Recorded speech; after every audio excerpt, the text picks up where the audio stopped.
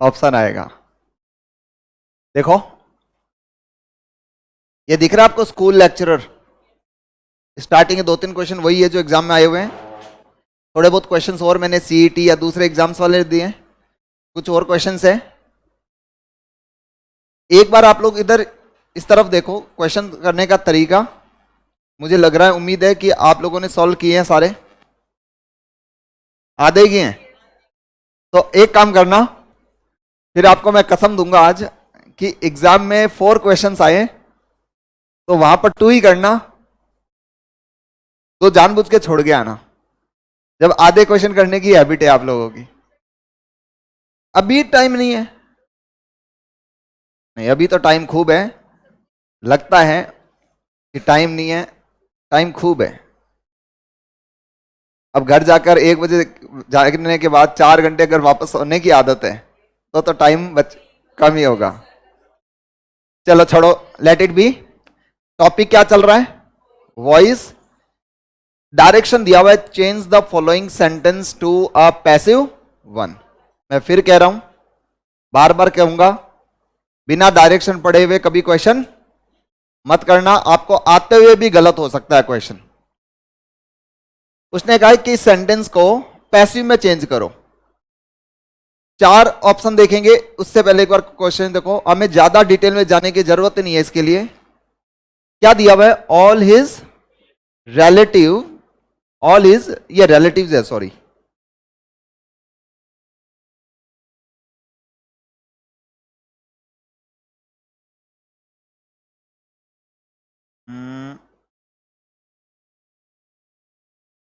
Sorry, yes. देखो, all his relatives approved of his decision. यहां तो उसने दे दिया कि पैसिव में चेंज करो। कभी कभी आपको ऑब्लिक लगाकर भी दे सकता है, एक्टिव ऑब्लिक पैसिव, मतलब एक्टिव में है तो पैसिव में, और पैसिव में है तो एक्टिव में चेंज करो। आपने देखा यहां पर अप्रूव्ड तो दिया हुआ है, लेकिन अप्रूव्ड के पहले इज एम आर और वॉज वर नहीं है, तो सेंटेंस एक्टिव का है। अब इसमें आपने क्या किया? देखो 4 ऑप्शन दिए, वन बाय वन देखो। क्या ऑल हिज रिलेटिव सब्जेक्ट है हमारा? अप्रूव्ड यहां पर वर्ब है, और अप्रूव्ड ऑफ वर्ब है। हिज डिसीजन क्या हुआ? इसका ऑब्जेक्ट हुआ। तो पहली कंडीशन क्या होगी कि हम सब्जेक्ट को पीछे की तरफ ले जाते हैं और ऑब्जेक्ट को आगे की तरफ ले आते हैं। देखो क्या होगा, कई बार जैसे आप लोगों को पता है कि अब सेंटेंस की शुरुआत किससे होगी? हिज डिसीजन से। 4 सेंटेंस दिए हुए हैं, चारों में हिज डिसीजन दिया हुआ है। कई बार ऐसा भी होगा कि 2 सेंटेंस में हिज डिसीजन होगा, 2 में कुछ और होगा, तो इससे पता चल जाएगा कि 2 ऑप्शन ये नहीं हो सकते। इसमें चारों दिए हुए। आप तो इस चीज को देखो, क्या दिया हुआ है यहां पर? अप्रूव्ड वर्ब की कौन सी फॉर्म है? और सेकंड फॉर्म होता है वॉज, और यहां पर दिया हुआ है इज, यहां भी दिया हुआ है इज। ये दोनों ऑप्शन तो किसी भी कंडीशन में हो नहीं सकते। बच्चा अप्रूव्ड ऑफ और अप्रूव्ड बाय। हमारी बात क्या हुई थी? देखो ये अप्रूव्ड ऑफ इसके साथ है ना, ये प्रेपोजिशन इसके साथ जुड़ा हुआ है, तो यहां भी इसके साथ ही रखना है। ऑप्शन करेक्ट कौन सा हुआ? All his decisions was approved of by all his relatives. और दूसरी चीज ये देखो, ये सब्जेक्ट अगर पीछे की तरफ जाएगा बाय प्लस सब्जेक्ट हो जाएगा, जो कि इसमें सही तरीके से दिया हुआ है। देखो इसमें हमने ऑफ हटा दिया, तो इसका मतलब ये वाला सेंटेंस जो है वो सही हुआ है। फोर्थ में भी ऑफ हटा दिया, एक ही ऑप्शन है जिसमें ऑफ का यूज सही से दिया हुआ है। नेक्स्ट क्या कहा उसने?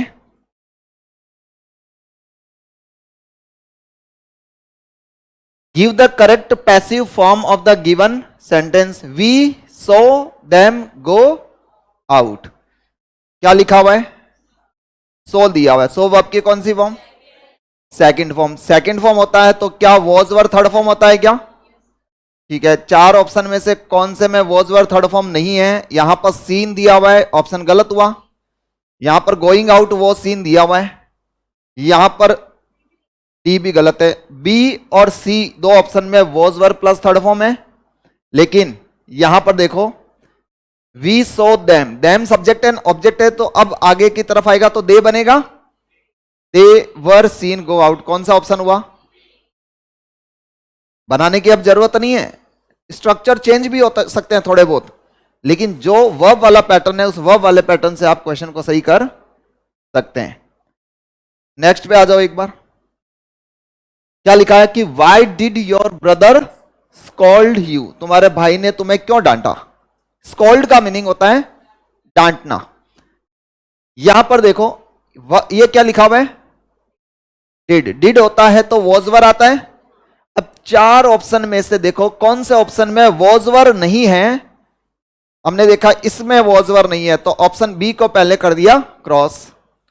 फिर हमने देखा यहां पर इसमें दिया हुआ है डिड, क्या डिड और वर आएगा वापस, तो ये भी गया कट। अब दो ऑप्शन हमारे पास बचे सी और डी। सी में देखो ये सेंटेंस इंट्रोगेटिव है, क्या इंट्रोगेटिव सेंटेंस की कंडीशन बताई थी कि हेल्पिंग वर्ब सब्जेक्ट से पहले। याद करो जब इंट्रोगेटिव पढ़ा तो मैंने स्ट्रक्चर बना के बताया था ना, वो इसीलिए आया था। यहां पर ये यू सब्जेक्ट है, यू से पहले आएगा helping verb, you were you, कौन सा सही है। दूसरे वाले में टू क्यों आया, एक सेकंड, ये सी आना चाहिए।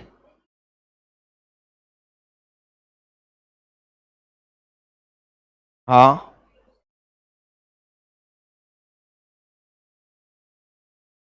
अच्छा, ये वाली बात कह रहे हो क्या, इसमें गो आउट है और इसमें टू गो आउट है ऐसा दिया हुआ है। अच्छा देखो एक इंग्लिश में नॉन फाइनाइट का एक रूल बनता है, नॉन फाइनाइट नाम का एक टॉपिक होता है, ठीक है। उसमें ऐसा फंडा होता है कि कुछ वर्ब है हमारे पास, जैसे सी, हियर, ऐसी दो तीन वर्ब हैं। उसके बाद जो वर्ब आती है वो या तो रहती है आईएनजी में, या रहती है टू प्लस फर्स्ट फॉर्म में, या रहती है वर्ब की फर्स्ट फॉर्म में। तीन कंडीशन बनती है। We saw them go out, we saw them to go out, और we saw them going out, तीनों सही होता है। लेकिन जब पैसिव बनता है तो वो टू प्लस फर्स्ट फॉर्म में आ जाता है, लेकिन हमारा काम है नहीं वो, हमें वो देखने की जरूरत है नहीं।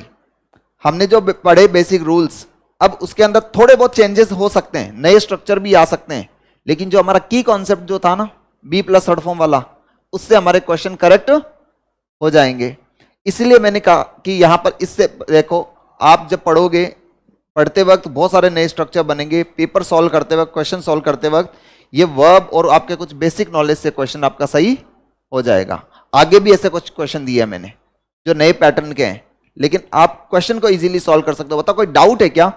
यहां पर इस वर्ब से आपने पहचान लिया ना, तो आपको मेन फोकस किस पर रखना है, वर्ब पर। हाँ दूसरे कुछ एलिमेंट थोड़े बहुत चेंज हो सकते हैं, उसको समझाने पर जाएंगे तो कम से कम आपके 75 स्ट्रक्चर्स बनेंगे पैसिव के, 75।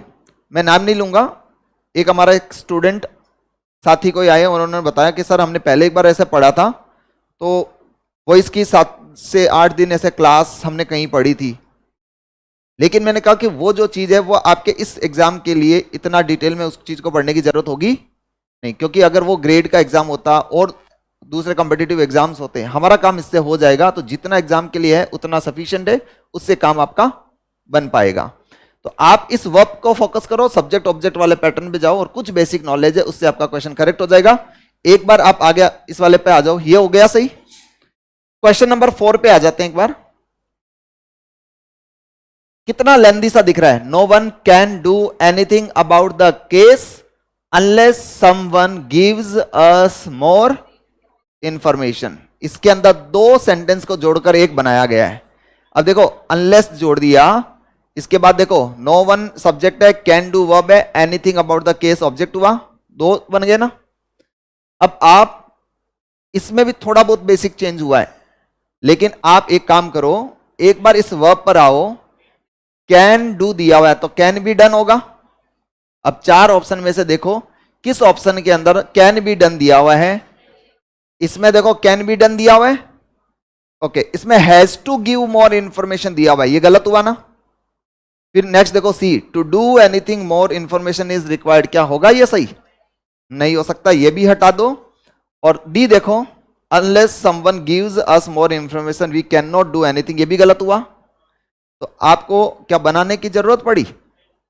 याद करो, मैं बार बार मैं कह रहा हूं कि जब पढ़ते वक्त जितने एफर्ट्स लगाए ना क्वेश्चन सॉल्व करते वक्त, उसका 10% ही एफर्ट्स लगाना है। कितने इजी वे में हो रहे हैं, आपने ज्यादा दिया है। अब देखो क्या दिया है, नथिंग कैन बी डन, ये एनीथिंग है ना, एनीथिंग, एनीथिंग और नो वन। जब हमने एनीथिंग से सेंटेंस को शुरू किया तो हमने नो इसके अंदर लगा के हमने नथिंग कर दिया। ऐसे बेसिक चेंजेस होते हैं, लेकिन हमें वो बनाना होता है, तब जरूरत पड़ती है इसकी। जब 4 ऑप्शन आते हैं तो इस तरीके से सॉल्व हो सकते हैं, हमें उस फंडे पर जाने की जरूरत होगी नहीं। आगे आगे बढ़ो, काम और आपका आसान होता जाएगा। नंबर 5,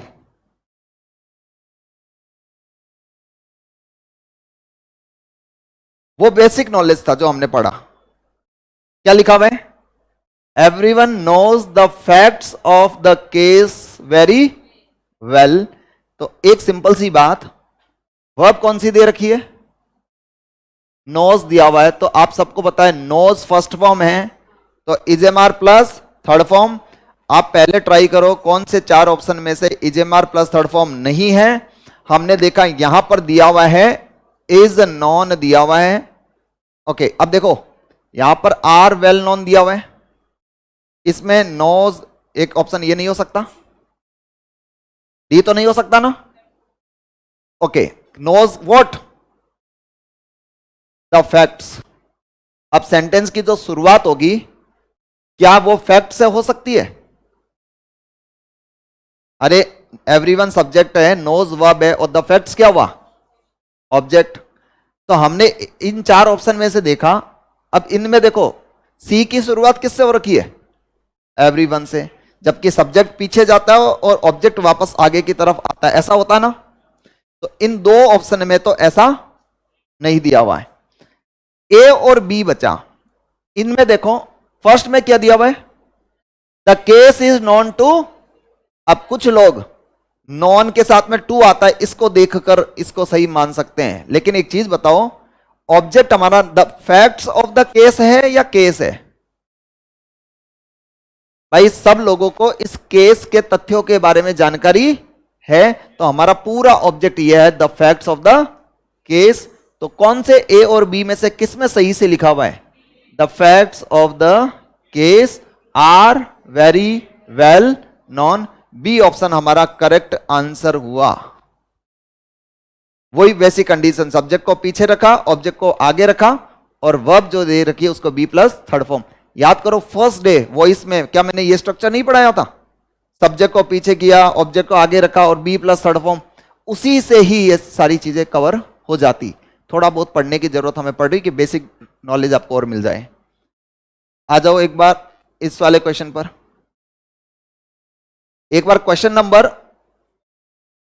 हाँ ये वाला से जूम माइक की वॉल्यूम, मुझे लग रहा है मैं ऑलरेडी बहुत तेज बोल रहा हूं। कोई बात नहीं, और वैसे जो से बोल दूंगा मैं। कम करूं?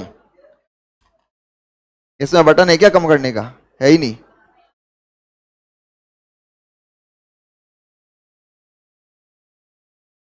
ऑलरेडी दूर है, मैं तो प्रीफर ही नहीं करता ऐसे माइक से पढ़ाना। आ जाओ एक बार ध्यान से देखो। People must not leave bicycle in the hall. कुछ एक बार 4 ऑप्शन देखे बिना कुछ बेसिक चीजें यहां देखो। क्या मस्ट नॉट लीव ये जो दिया हुआ है, क्या आप लोगों को यह पता होना चाहिए?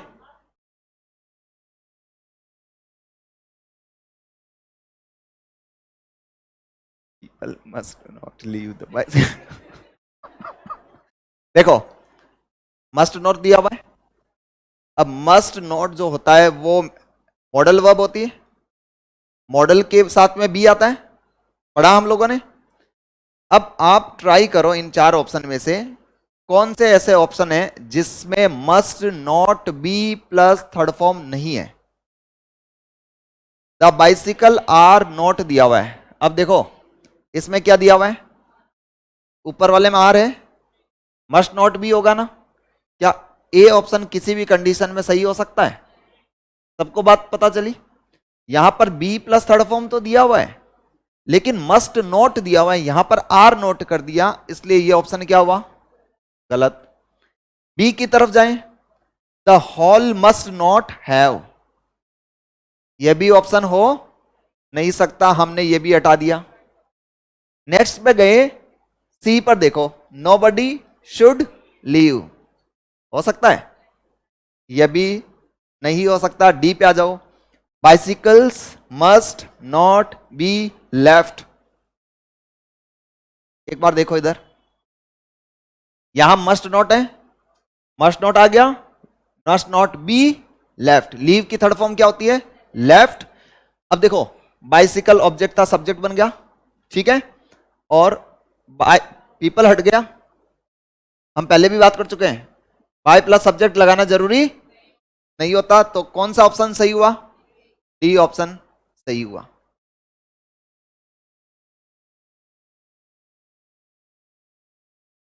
चलो एक बार बताओ, बहुत ज्यादा डिफिकल्ट है क्या आपको लगता है कि एलिमिनेशन से ही होगा ये, बढ़िया, ये क्वेश्चन और नरेशन वाला क्वेश्चन भी ऐसे हो जाएगा। अब काम आसान हो रहा है ना,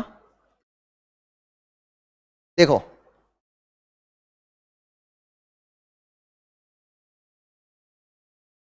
इस क्वेश्चन को स्टार बनाना, ये सेंटेंस जो है ना, I don't like people telling me what to do,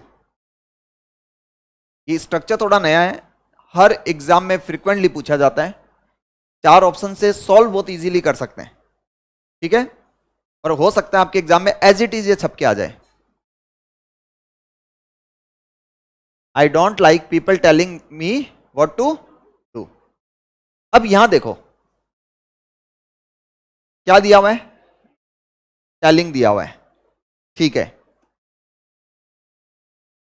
ऐसे जो सेंटेंस होते हैं ना, अभी मैंने थोड़ी देर पहले वो बताया था sentence, I saw them go out, ये इंग्लिश में वर्ब होती है non finite verb, non finite verb जो होती है, जो आईएनजी फॉर्म होती है, टू प्लस फर्स्ट फॉर्म होती है, उनके भी कुछ स्ट्रक्चर्स होते हैं। अब उस चीज के जो स्ट्रक्चर्स पढ़ाने के लिए पहले मुझे नॉन फाइनाइट पूरा पढ़ाना पड़ेगा, जो हमारे काम का भी है नहीं। हम तो इस एलिमिनेशन मेथड से ही इस क्वेश्चन को भी आराम से कर सकते हैं। आई डोंट लाइक दिया हुआ है, 3 ऑप्शन में दिया हुआ है आई डोंट लाइक। आप तो आगे वाले पार्ट में देखो, यहां पर क्या दिया हुआ है, टेलिंग, टेलिंग वर्ब की आईएनजी फॉर्म होती है, आईएनजी फॉर्म जो होती है उसका बीइंग प्लस थर्ड फॉर्म हो सकता है, होता है ना, तो एक काम करो, जैसे डी ऑप्शन है, डी ऑप्शन में अब कई बार कंफ्यूजन क्या होती है कि सर लाइक जो डोंट लाइक है, इसके हिसाब से भी तो बन सकती है, तो इसके हिसाब से तो इजेएमआर थर्ड फॉर्म होनी चाहिए ना, लेकिन एक बात बताओ, इस ऑप्शन में देखो, इस ऑप्शन में कहीं भी इजेएमआर प्लस थर्ड फॉर्म है नहीं है, टेलिंग का बीइंग प्लस थर्ड फॉर्म है, तो मतलब ये ऑप्शन भी किसी भी कंडीशन में सही नहीं हो सकता। अब हमारे पास क्या बचा, 3, तो कॉमन सेंस ये कह रहे हैं कि जब चौथा ऑप्शन नहीं हो सकता, ऑप्शन नंबर 4 नहीं हो सकता, तो 3 ऑप्शन में से कोई ना कोई एक होगा, तो मतलब सेंटेंस की जो बिगिनिंग होगी वो आई डोंट लाइक से होगी तीनों में, इतना तो मुझे कंफर्म पता है। अब मैं अगर आगे वाली वर्ब को चेक करूं, यहां पर बीइंग प्लस टोल्ड, जो भी सेंटेंस होगा सही, उसमें टेलिंग के हिसाब से बीइंग और टोल्ड जो होगा वो सही माना जाएगा। फर्स्ट में दिया हुआ है व्हाट टू डू, गलत है, इसमें दिया हुआ है बीइंग टोल्ड और इसमें दिया हुआ है बीइंग टोल्ड, इसका मीनिंग क्या हुआ कि बी और सी दोनों में से कोई एक ऑप्शन सही है। अब आप ये फाइंड आउट करो ऐसा क्या रीजन है जिसकी वजह से दोनों में से एक ऑप्शन गलत हो जाएगा। I don't like being told what to do by people.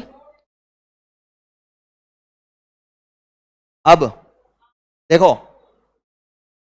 इसके अंदर क्या दिया हुआ है, व्हाट टू डू, और इसमें क्या दिया हुआ है, what to do by the people, क्या दोनों में डिफरेंस हुआ, इसमें दिया हुआ है टोल्ड व्हाट टू और इसमें दिया हुआ है, कौन सा सही होगा, बी या सी। अगर मैं सी लिखूं तो क्या सी जो है,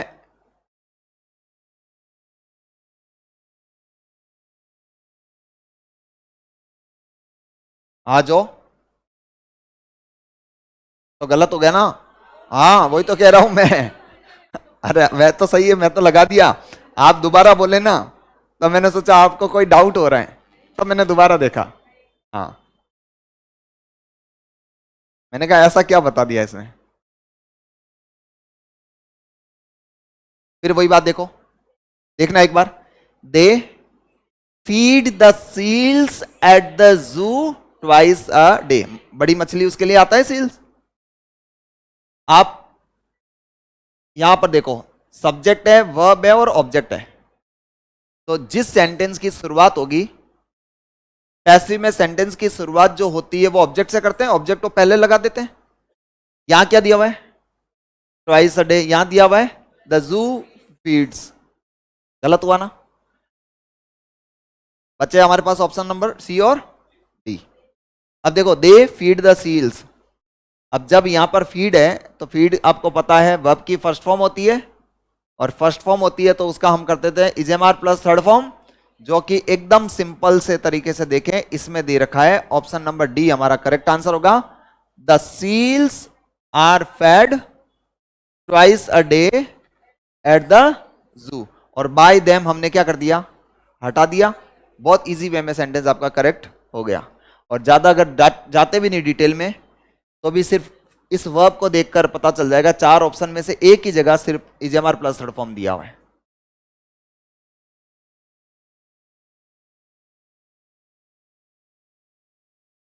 क्या ये हो गया। फिर भी देख लो, my sister baked a cake. Baked verb की सेकंड फॉर्म है, वॉज वर आएगा, was third form, was being, had been,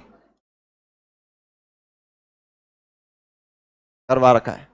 तो वो वैसे ही होते हैं, जब एग्जाम्पल पढ़ते रहते हैं वही याद आते हैं।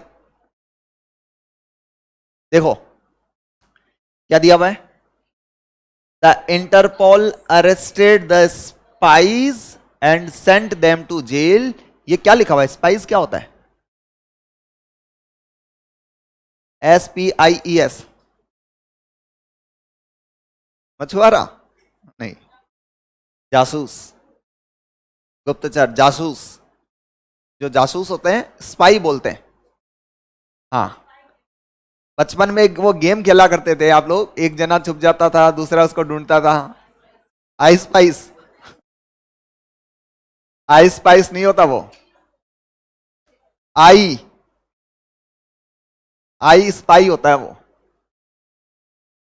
आसपास नहीं होता। और ना आई स्पाइस, वो होता आई स्पाई।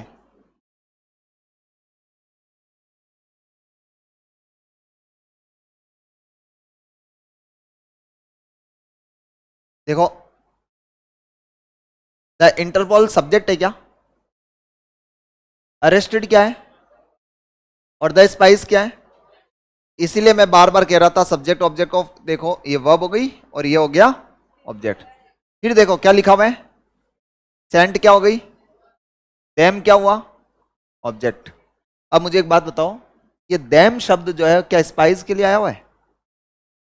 पूरा सेंटेंस समझो, इंटरपोल ने स्पाइस को अरेस्ट किया और उनको जेल में भेज दिया। किनको जेल में भेज दिया, स्पाइस को। तो नाउन के स्थान पर प्रोनाउन आया हुआ है।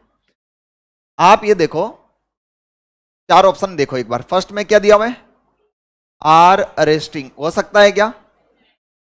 सेकंड फॉर्म है तो वॉज वर थर्ड फॉर्म आएगा। ए ऑप्शन किसी भी कंडीशन में सही।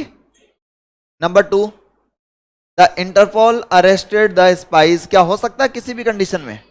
दूसरी बात, इसमें क्या दिया हुआ है, वो भी नहीं हो सकता। Third, the Interpol arrested the spies and are sending them to jail, हो सकता है किसी भी कंडीशन में। एक सही हो रहा है बिल्कुल।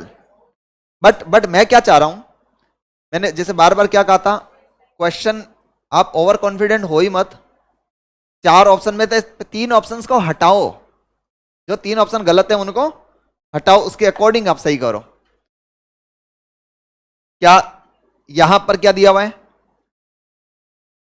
Were arrested. मैं तो ये मानता हूं, क्या पता जिस लॉजिक से आप क्वेश्चन को सॉल्व कर रहे हो उसमें वो लॉजिक हो ही ना। तो आप अगर तीन गलत ऑप्शन को हटा दोगे, गलत होने का चांस, बात वही है। अगर क्वेश्चन होते हैं 100 और 100 में से हमारे पास टारगेट होता कि हमें 85 प्लस स्कोर करना है, तो इस तरह की मान लो रिस्क भी लेते तो चल जाता। मतलब एक सपोज कर रहा हूं, जब हमारे पास क्वेश्चन ही 4 और 5 है, हमारे पास एक ही ऑप्शन है, हमें सारे के सारे क्वेश्चन सही करने हैं, तो उस कंडीशन में आपको यही वाला मेथड डेफिनेटली आपको फॉलो करना है।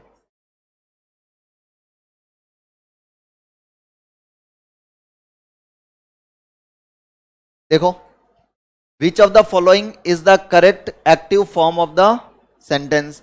इसका मतलब सेंटेंस पैसिव का है, उसको एक्टिव में चेंज करना है। आ जाओ इधर, देखो क्या लिखा हुआ है, क्या लिखा हुआ है, वॉज कंसिडर्ड।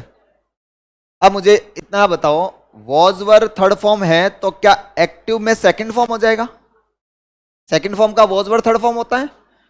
तो अब जो भी ऑप्शन आएगा उसमें हो जाएगा एक तो कंसिडर्ड, और एक चीज और होगी, इसमें बाय द बोट ओनर्स दिया हुआ है, तो बाय द बोट ओनर्स जो सब्जेक्ट है वो अब आगे की तरफ आएगा, तो सेंटेंस की बिगिनिंग किससे होगी? द बोट ओनर्स, चारों में दिया हुआ है। अब आप आगे की वर्ब देखो, इसमें दिया हुआ है हैव कंसिडर्ड, जो कि गलत है। इसमें दिया हुआ है हैड कंसिडर्ड, जो भी गलत है। इसमें दिया हुआ है कंसिडर्ड, दिया हुआ है, हो सकता है।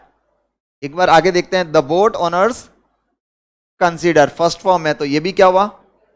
बिना किसी डाउट के थर्ड ऑप्शन सही है। द बोट ओनर सब्जेक्ट हुआ, कंसिडर्ड वर्ब हुआ, considered what? The bridge a मैनिस।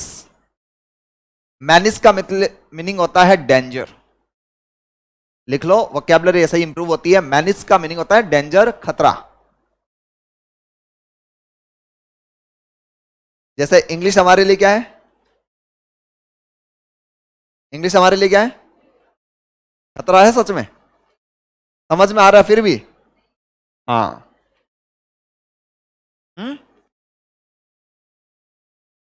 Easy हो जाता है, प्रैक्टिस करते करते करते इजी हो जाता है।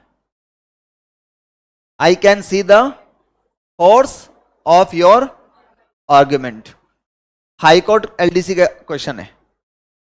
लायक किस लिए हूं, एग्जाम में आते हैं, आपको पता चल जाता है, इस तरह के क्वेश्चन से आते हैं। क्या लिखा हुआ है? Can see. तो मुझे इतना पता है कि जो भी ऑप्शन आएगा उसमें कैन बी सीन होगा। The force argument I could see, to be seen, can see, can be seen, ये आ गया। तो देखो देखो, the force of your argument object जो है पहले आ गया, फिर can be seen. D option हमारे एकदम करेक्ट हो गए। सी में कहा है? ऑन कैन सी है। अरे क्या लिया हुआ है? कैन सी, इसका पैसिव हो गया, तो can be seen, modal plus B plus third form. बस जल्दबाजी मत करो। इधर देखो क्या लिखा हुआ है, डज शी स्पीक इंग्लिश। एक बार चार ऑप्शन को बोलो, स्टार्टिंग कहां से हो रही है? डज होगा तो इसका मीनिंग सेंटेंस की बिगिनिंग इजेएमआर से होगी। हैड, वॉज, हैज, कौन से ऑप्शन? ये ऐसे नहीं है कि मैं क्वेश्चन ही ऐसे लाया हूं, आते ही सारे ऐसे हैं। आते ही सारे ऐसे हैं, आप खुद प्रैक्टिस करके देखना।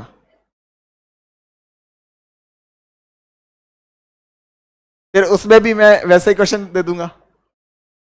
हाँ, इनसे हो जाएगा, हो जाएगा। देखो शुरुआत में जो स्कूल लेक्चर के खुद के क्वेश्चंस जो थे उसमें भी देख लो, आप पता चल रहा है। अब आ जाओ, देखो, tell her, not tell her to make coffee for me, ये सेंटेंस का टाइप कौन सा है? इंपेरेटिव। इंपेरेटिव सेंटेंस जो मेन वर्ब की फर्स्ट फॉर्म से स्टार्ट होता है।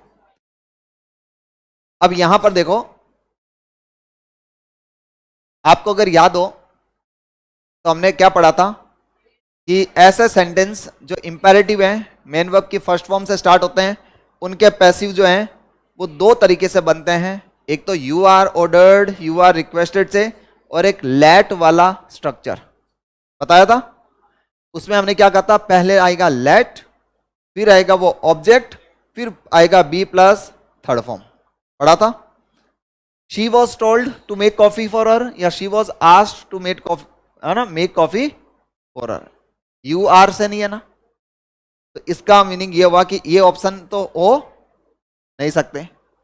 अब आया लेट हर, अब देखो ये चार ऑप्शन आ गए, एक आया हुआ है लेट हर, और एक की बिगिनिंग किससे हुई है, late she.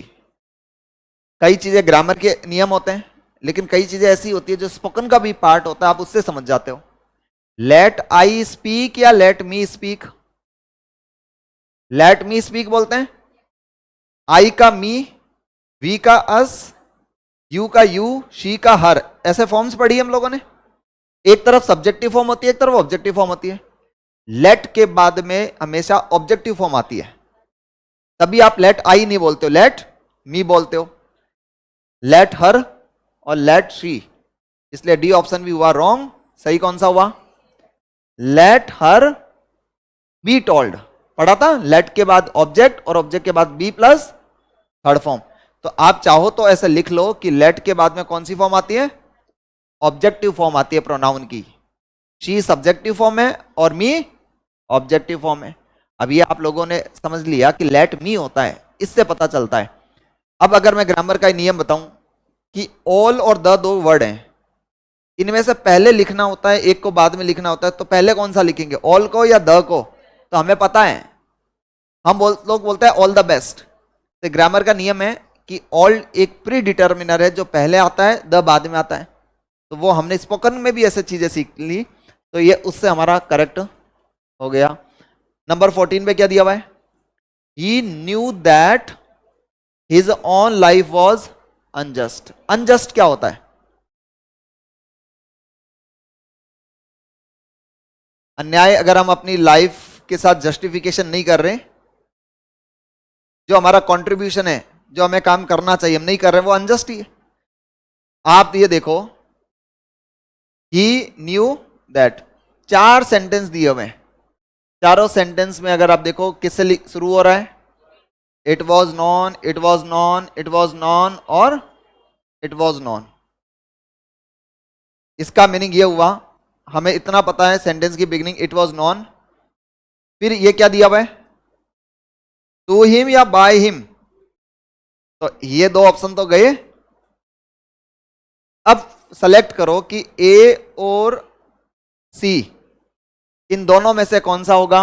It was known to him that his own life had been unjust और his own life was unjust. इसमें हमने क्या कर दिया, हैड बीन कर दिया, और इसमें क्या है, क्या पैसिव के अंदर टेंस को चेंज करना होता है। सही कौन सा हुआ।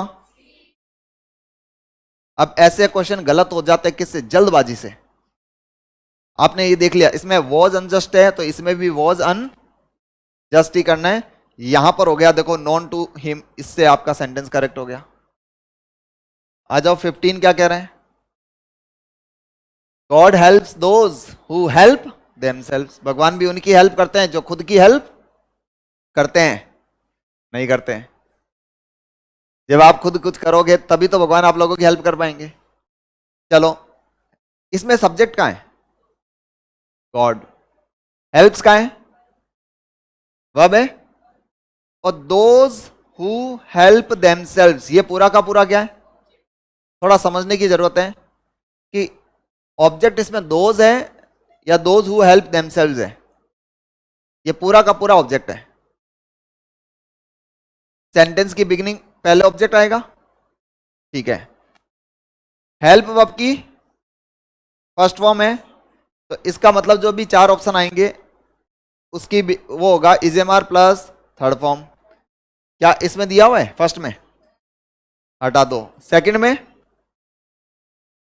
दे रखा है, तो एक बार फिर चेक करेंगे, एक बार थर्ड पे आ जाओ, those who help God help themselves, ये भी हो नहीं सकता। और इधर क्या दिया हुआ है, अब बच्चा कौन सा हमारे पास, बी और डी में से सेलेक्ट करना है।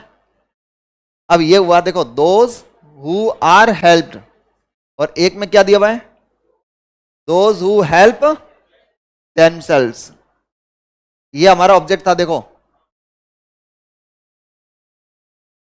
ये देखो, दोज हु हेल्प देमसेल्व्स, ये आपका ऑब्जेक्ट था, पहले आ गया।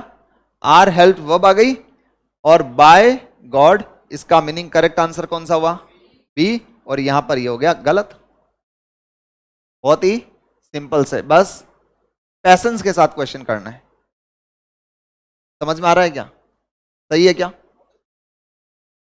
वापस देखो तो इसको ऐसे देखो, मैंने आपको एक चीज तो कंफर्म कही थी, आपको ये तो चेक करना पड़ेगा सब्जेक्ट कौन सा है और ऑब्जेक्ट कौन सा है। ये आपका सब्जेक्ट है, ये आपकी वर्ब है, और दोज हु हेल्प देमसेल्व्स ये इसका हुआ ऑब्जेक्ट। तो आपने देखा कि ऑब्जेक्ट पहले आएगा, फिर बी प्लस थर्ड फॉर्म, और फिर बाय प्लस सब्जेक्ट, कुछ ऐसा ही बनेगा। तो अब सेंटेंस की बिगिनिंग जो होगी वो ऑब्जेक्ट से करेंगे हम, दोज हु हेल्प देमसेल्व्स आ गया। फिर वर्ब की फर्स्ट फॉर्म है, फर्स्ट फॉर्म का इजमार third form, are helped, are helped, और गॉड दिया हुआ तो गॉड का बाय गॉड, बाय गॉड। कौन सा आंसर, बी। कितने कर लिए हमने करेक्ट, 15 हो गए। आप लोगों के कितने करेक्ट थे, आप लोगों ने जो सॉल्व किए? हाँ, फिर कल झूठ क्यों बोला, कल जब मैं क्लास में करवा रहा था? कितने करेक्ट हुए? शाबाश। एग्जाम में जो 2 गलत हुए ना वही आएंगे।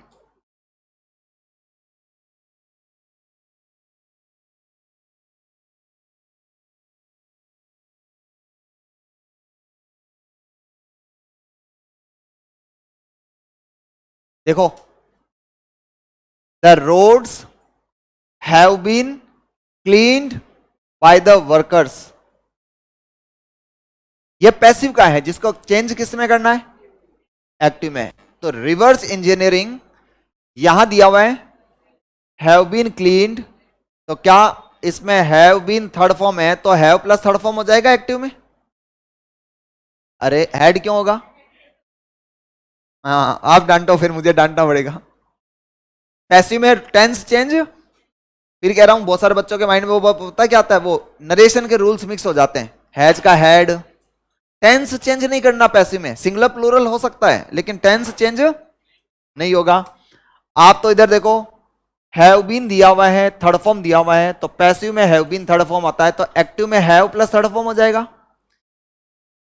4 ऑप्शन में से देखा, इसमें दिया हुआ है आर क्लीनिंग हो नहीं सकता, हैड क्लीन्ड हो नहीं सकता, क्लीन्ड दिया हुआ है हो नहीं सकता, हैव क्लीन्ड दिया हुआ है, बिना किसी डाउट के ये ऑप्शन टिक कर दो। The workers have cleaned the roads.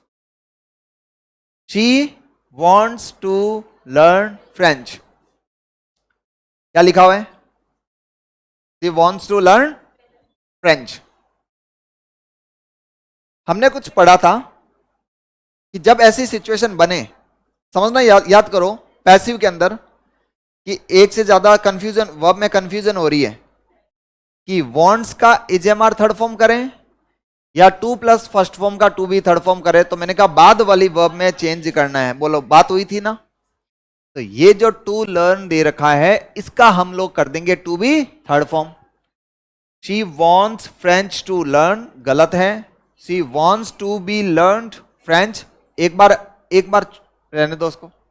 She wants French to be learn, ये छोड़ो क्योंकि इसमें भी टू बी आ गया, और she want to be learning French, ये भी हो गया गलत। अब बचा कौन सा ऑप्शन, बी और सी, यही बचा है। अब क्या है कि हमें इनमें से थोड़ा सा ट्रिकी क्वेश्चन, अच्छा है क्वेश्चन। अब बी में कह रहा सी वॉन्ट्स टू बी, अरे she wants to be learn, खुद को पढ़ना है या फ्रेंच पढ़नी है? She wants French to be learn. अरे ये जो वर्ब है, देखो ये वर्ब है, इस वर्ब का ऑब्जेक्ट ये है क्या? तो ऑब्जेक्ट पैसिव में वर्ब से पहले आ जाएगा ना, तो फ्रेंच, और फ्रेंच के बाद टू बी थर्ड फॉर्म, कौन सा करेक्ट हुआ? और आप ट्रांसलेशन भी चेक करोगे ना, तो भी आपको ये वाला ऑप्शन जो है वो गलत लगेगा, मीनिंगलेस है। She wants to be learned, खुद को थोड़ी पढ़ना है, फ्रेंच को पढ़ना है।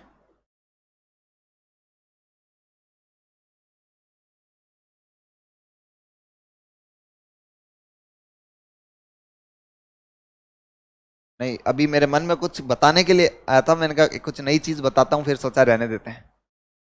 आ जाओ। नहीं नहीं नहीं, वी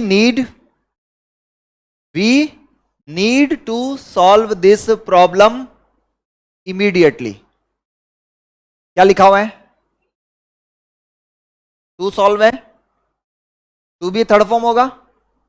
चार ऑप्शन में से देखो ऐसा कौन सा ऑप्शन है जिसमें टू बी सॉल्व्ड लिखा हुआ है? To solve, solving, to be solved, इसमें भी दिया हुआ है। लेकिन आपको पता है ये तो बिल्कुल ही गलत है। सही आंसर क्या होगा?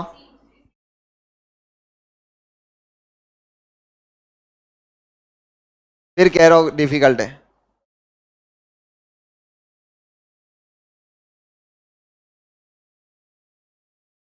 अब हो जाएंगे, कॉन्फिडेंस आएगा जब क्वेश्चन करोगे ज्यादा से ज्यादा।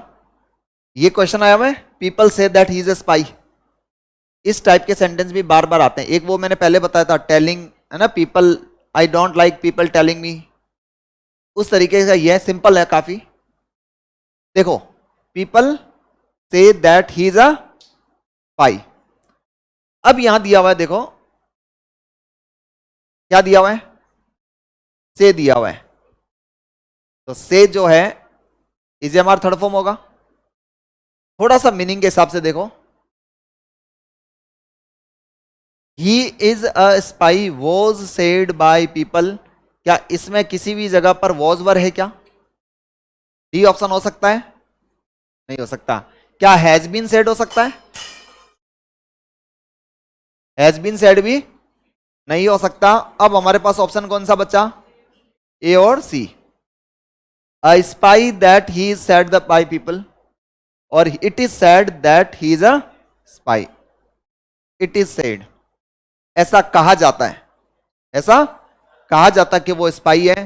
करेक्ट आंसर कौन सा हुआ? हमने कहा ए क्यों नहीं हो सकता? क्योंकि एक का मीनिंग भी समझने की कोशिश करो। हर जगह रूल भी नहीं, मीनिंग भी होता है। Spy that he is said by people, ऐसा सेंटेंस भी सही है क्या? सेंटेंस भी गलत है, स्ट्रक्चर ही गलत है, सेंटेंस का कोई अर्थ है ही नहीं, तो ये गलत हुआ। सही आंसर कौन सा हुआ? इट ये आया कि इसके अंदर जो है ये जानबूझ के किया जा रहा है। एक बार बोतल इधर से, एक बार इधर से। देखो, एक स्ट्रक्चर होता है, ये जो आगे दिया हो ना, that he is a spy, ये दैट क्लोज होती है। ऐसे सेंटेंस जो होते हैं, पीपल से, पीपल बिलीव, पीपल थिंक, तो उसकी बिगिनिंग ऐसे इट इज से हम लोग कर देते हैं, वो एक नया स्ट्रक्चर बन जाता है। नए स्ट्रक्चर में जाने का मतलब फिर और बहुत सारे चीजों में जाओ। इससे बढ़िया कि हम वर्ब के पैटर्न से सॉल्व करें तो क्वेश्चन आधे से ज्यादा स्ट्रक्चर पढ़ने ही नहीं पड़ते। हमने डायरेक्ट देखा क्या दिया हुआ है?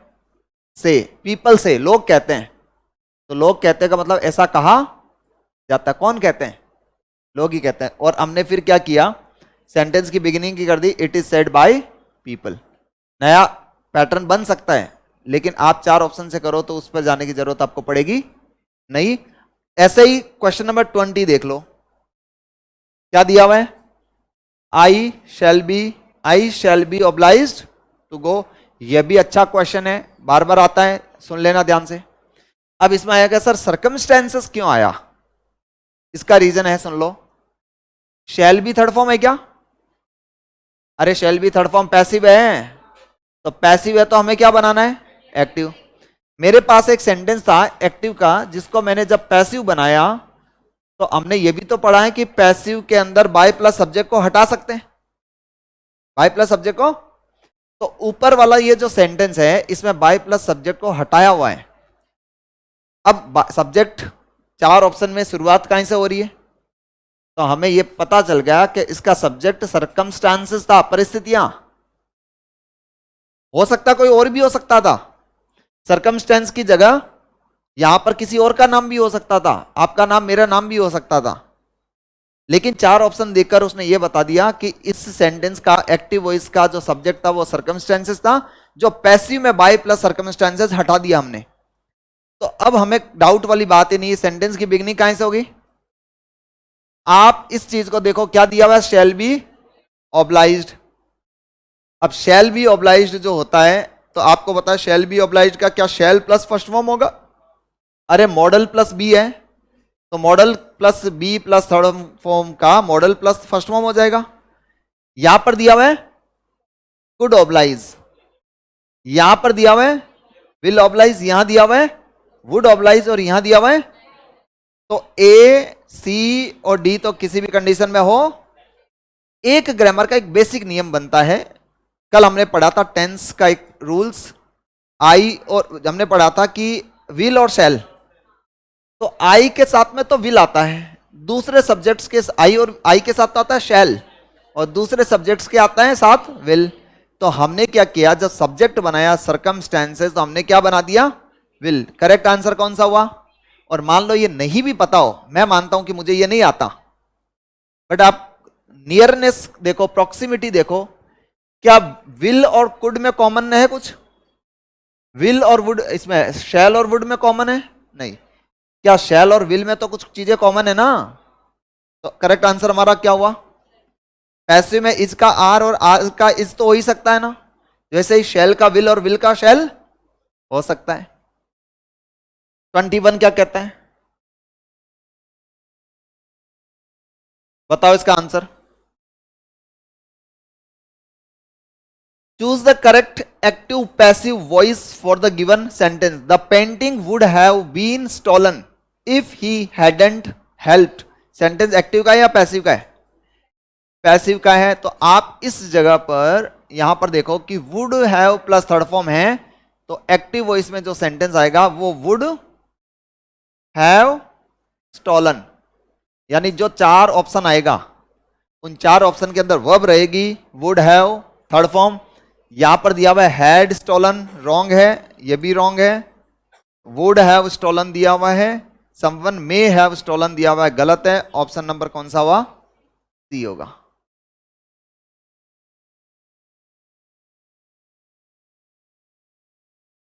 थोड़ा आप जल्दी जल्दी करते हैं, काफी कुछ आ चुका है। नन लाइक्स हिम, क्या लिया हुआ इधर, लाइक्स फर्स्ट फॉर्म है तो इजेमार थर्ड फॉर्म होगा, ठीक है, इजेमार प्लस थर्ड फॉर्म। कौन सा सेंटेंस ऐसा है जिसमें इजेमार प्लस थर्ड फॉर्म नहीं है, ये दोनों ऑप्शन हट चुके हैं बच्चा, ए और डी। अब देखो, he is liked by none और he is not liked by anyone. ये क्वेश्चन जो है, देखो मैं फिर कह रहा हूं, समझ लेना ध्यान से। ये क्वेश्चन जो डिलीट होने जैसा नहीं, हाँ, ये क्वेश्चन जो है, ये ऐसे क्वेश्चन डिस्प्यूटेबल होते हैं, एग्जाम में आए हुए हैं पहले भी, हालांकि डिलीट नहीं हुआ है। ये क्वेश्चन अगर दोबारा आ जाए तो आप he is liked by none और he is not liked by anyone, इसमें आपको थोड़ा मीनिंग के अकॉर्डिंग देखना है, तो इसलिए इसको रूल से कनेक्ट मत कर लेना। कुछ चीजें ऐसी होती है जिन पर कोई रूल नहीं देखा जाता कि सही क्या है गलत क्या है, सेंस देखा जाता है। अगर बोलने की फ्रीक्वेंसी देखे तो ये वाला सेंटेंस ज्यादा सही माना जाता है, ही is not liked by anyone, इस तरीके से ये सेंटेंस ज्यादा सही माना जाता है। आप इस सेंटेंस को रूल से कंसिडर मत करना, आप ये मान लेना कि अगर सेंटेंस ये बनता है तो उसको बाय एनीवन से हम लोग उसका बना देंगे, क्योंकि ये एक ही है, नॉट और एनीवन जो है इसका मीनिंग नन ही होता है। तो आप इसको ना मानकर इस वाले को सही करेंगे, इसको एक्सेप्शन लिख लो भले ही, एज इट इज सेंटेंस, कोई दूसरे रूल्स नहीं है। हाँ, नाम चेंज हो सकता है, नन आएगा, लाइक्स भी आएगा, हिम की जगह कुछ और आ जाएगा, बस ऐसा सेंटेंस एज इट इज आएगा अगर एग्जाम में आता है तो। पैसिव वॉइस पढ़ाते वक्त आपको दो ऑब्जेक्ट्स वाली कंडीशन बताई थी, वहां मैंने कहा था ना क्वेश्चन में क्या आएगा उसके हिसाब से, तो मुझे क्या आता है या बुक्स में क्या दिया हुआ है उसकी जगह हमें देखना है कि क्वेश्चन ऑप्शन के अकॉर्डिंग क्या सही माना जाता है, इसलिए मैंने ये कंडीशन बताई है। आप इसको मार्क करके लिख लेना। आ जाओ क्वेश्चन नंबर, इंट्रोगेटिव दिया हुआ है, how was it managed by, देखो क्या दिया हुआ है, वॉज के बाद क्या दिया हुआ है, थर्ड फॉर्म। सेंटेंस पैसिव का है, वही कॉमन सेंस इंट्रोगेटिव सेंटेंस है, और पैसिव का है हेल्पिंग वर्ब सब्जेक्ट से पहले आई हुई है, वॉज वर्ब थर्ड फॉर्म है, तो इसका एक्टिव में डिड नहीं होगा। एक्टिव में डिड होगा तभी तो पैसिव में वॉज वर्ब थर्ड फॉर्म हुआ। चार ऑप्शन में से डिड किस में है? How did you manage it. और अगर कंफ्यूजन हो तो वो जो रूल्स हमने पढ़े उससे इसको बना कर देख लो। ये तो हमने कर लिया था, आ जाओ इसको देख लो। 25 choose the correct active passive voice. My watch can not be repaired bye anyone. तो देखो नो वन। अब फिर वही बात देखो, चारों में क्या दिया हुआ सेंटेंस में? No one. क्या दिया हुआ है? कांट बी रिपेयर्ड, तो कैन रिपेयर होगा एक्टिव में। तो चार ऑप्शन में क्या दिया हुआ देखो, will repair, can repair, can't repair, B होगा ना।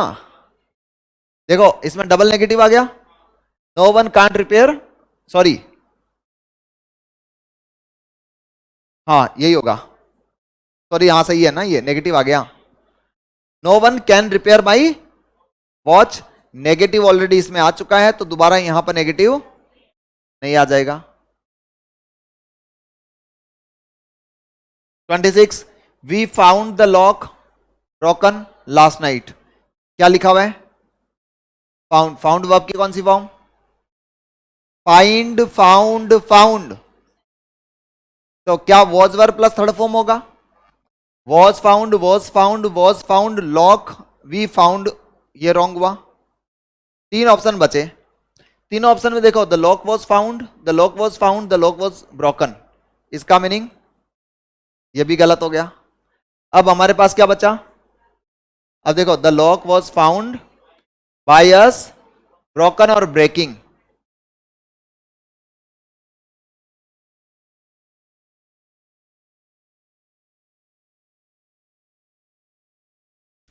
People speak English all over the world. क्या लिखा हुआ है? Speak first form, is am are third form, is spoken, was spoken, is spoken. B और सी तो हो नहीं सकते। ए और बी में डिफरेंस क्या हुआ? इसमें ऑल ओवर द वर्ल्ड नहीं दिया हुआ है, इसमें दिया हुआ है। सही एक्सप्रेशन कौन सी हुई? कोई दिक्कत वाली बात है? लास्ट कितने क्वेश्चन दिए थे मैंने टोटल? 50। तो 50 में से मैंने करवा दिए 30 में करवा रहा हूं, बाकी के आपको करने हैं। ठीक है, मैं सिर्फ आंसर बताऊंगा, फिर आप में से पूछूंगा कितने क्वेश्चन करेक्ट हुए, इनकरेक्ट हुए, फिर जो चीज समझ में नहीं आएगी उसको मैं सॉल्व करवा दूंगा। Choose the correct active passive voice for the given sentence. The telegraph wires have been cut. देखो have been cut, have been third form है, तो एक्टिव में have plus third form. Someone has been cut, गलत है। No one has cut. देखो अब यहां पर क्या करना है हमें, हैज प्लस थर्ड फॉर्म कहां होगा? अब देखो समझना, ये तो हो ही नहीं सकता। The telegraph wires have been cut, no one has cut the telegraph wire. ये सेंटेंस पॉजिटिव है, ये नेगेटिव हो गया, मीनिंग चेंज हो गया ना। तो बी भी किसी कंडीशन में नहीं हो सकता। The telegraph wires have cut someone. Telegraph wires ने किसी को काट दिया? नहीं, यह भी नहीं हो सकता। अब हुआ क्या, ये सेंटेंस ऐसा था कुछ, the telegraph wires have been cut by someone, और बाय समवन हम हटा देते हैं। इस सेंटेंस के अंदर हमने इंट्रोड्यूस कर दिया। आपको अगर मान लो नहीं भी आता है तो एक चीज समझो, ये दोनों ऑप्शन तो आप श्योर हो कि ऑप्शन गलत है, हो नहीं सकते। अब बच्चा सी और डी। इसमें टेलीग्राफ जो दिया हुआ है, अरे एक्टिव होगा तो ये टेलीग्राफ पीछे जाएगा ना, जबकि इसमें टेलीग्राफ पहले दिया हुआ है, ये भी नहीं हो सकता। बच्चा कौन सा? डी। और उसके मीनिंग को भी समझ लो, someone has cut the telegraph wires. अब पैसिव कैसे बनेगा? The telegraph wires have been cut, और ये हैज जो दिया हुआ है, हैज का हैव क्यों हुआ? क्योंकि समवन के साथ सिंगुलर था, टेलीग्राफ वायर्स प्लूरल है, तो प्लूरल के लिए हैज का क्या हो गया? हैव हो गया। ऑप्शन नंबर हमारा कौन सा करेक्ट हुआ? डी करेक्ट हो गया। और क्वेश्चन नंबर सेकंड लास्ट आज के लिए, who gave you permission to enter. अरे गेव वर्ब की कौन सी फॉर्म है? Second form. तो सेकंड फॉर्म होता है तो बाय हुम करते हैं, सेकंड फॉर्म नहीं, हु का क्या करते हैं? By whom. तो देखो अब सब में बाय हुम आया हुआ है। आगे वाली कंडीशन, वर्ब की कौन सी फॉर्म है? सेकंड फॉर्म है, तो वॉज वर थर्ड फॉर्म। अब वॉज वर थर्ड फॉर्म देखो, अगर देखें इसमें है ही नहीं, इसमें दिया हुआ है लेकिन ये भी गलत है क्योंकि यू के साथ वर आता है, यू के साथ वॉज नहीं आता। अब बचा हमारे पास में ए और सी, यू वर और वर यू इंट्रोगेटिव है, तो हेल्पिंग वर्ब सब्जेक्ट से पहले आती है। ए आंसर जो है वो हमारा करेक्ट हुआ। और लास्ट क्वेश्चन आज के लिए, अगर आपकी इच्छा है तो मैं सारे करवा सकता हूं solve. One should keep once promise, star बना लो। एग्जाम में सेम क्वेश्चन बार बार फ्रीक्वेंटली एज इट पूछ लिया जाता है। कुछ सेंटेंस ऐसे हैं जो फिक्स है, हर एग्जाम में ऐसे के ऐसे पूछ लिए जाते हैं। क्या लिखा हुआ है हमने? One should keep once promise. ये थोड़ा सा मिसप्रिंट हो गया, ये यहां पर अपॉस्ट्रोफी लगेगा। अब देखो क्या दिया हुआ यहां पर, सॉरी शुड कीप है तो पैसिव में शुड बी कैप्ट होगा। चार ऑप्शन में से देखें, देखो should be kept, should be kept, should be kept और शुड बी कैप्ट। चार ऑप्शन दिए हुए, चारों में शुड बी कैप्ट है। अब आगे दूसरे लॉजिक लगाओ कि इनमें से कौन कौन से ऑप्शन गलत होंगे। Promises should be kept by someone, one promise should be kept. Sentence का सेंस कुछ अलग हुआ ना भाई। ऊपर क्या कहा? वन का मीनिंग क्या हुआ? कोई व्यक्ति। वन प्रॉमिस नहीं है, वो कह रहा है वन शुड का मतलब हुआ कोई व्यक्ति को, वन का मीनिंग होता है कोई भी व्यक्ति, किसी भी व्यक्ति को। One should keep once promise, अपनी जुबान का पक्का रहना चाहिए। इस सेंटेंस में दिया हुआ है one promise should be kept, मतलब एक ही प्रॉमिस रखा जाना चाहिए, बाकी तोड़ सकते हैं। मीनिंग चेंज हो गया ना, तो इसलिए ये गलत हो गया। नंबर सी क्या कह रहे हैं? Once a promise should be kept. देखो ये वंस दिया हुआ है, क्या एक्टिव के सेंटेंस के अंदर ओ एन सी वंस एक बार कहीं आया हुआ है? गलत हो गया। नंबर डी कौन सा हुआ? Promises should be kept. Promises, देखो वंस प्रोमिसेस लिखा हमने, तो अब हमने क्या किया, जब वन बाय प्लस सब्जेक्ट ये हटा दिया तो ये भी हटा दिया हमने। अब क्यों हटा? आपको उससे मतलब नहीं है। आपने ये देखा कि ऊपर वाले तीन सेंटेंस गलत हैं। अब देखो प्रोमिसेस शुड बी कैप्ट, अपनी बात का पक्का रहना चाहिए। आंसर कौन सा हुआ हमारा? डी आंसर हुआ। इसलिए मैंने कहा आप ये भी सीखो कि कौन से ऑप्शन गलत है तो क्यों गलत है।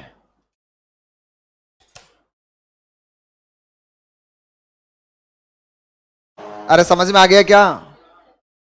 इजी है क्या? चलिए